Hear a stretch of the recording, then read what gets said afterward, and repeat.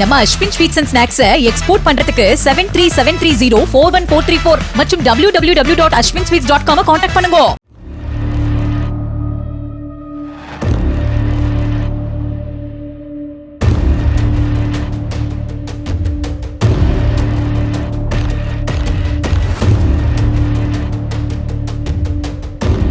நெல்லை ரயில் நிலையம் முன்பு நேற்று இரவு ஆனந்த் என்ற கூலி தொழிலாளியை சுற்றி வளைத்து சரமாரியாக வெட்டி கொன்ற வழக்கில் பள்ளி மாணவர்கள் 2 கைது செய்யப்பட்டனர்.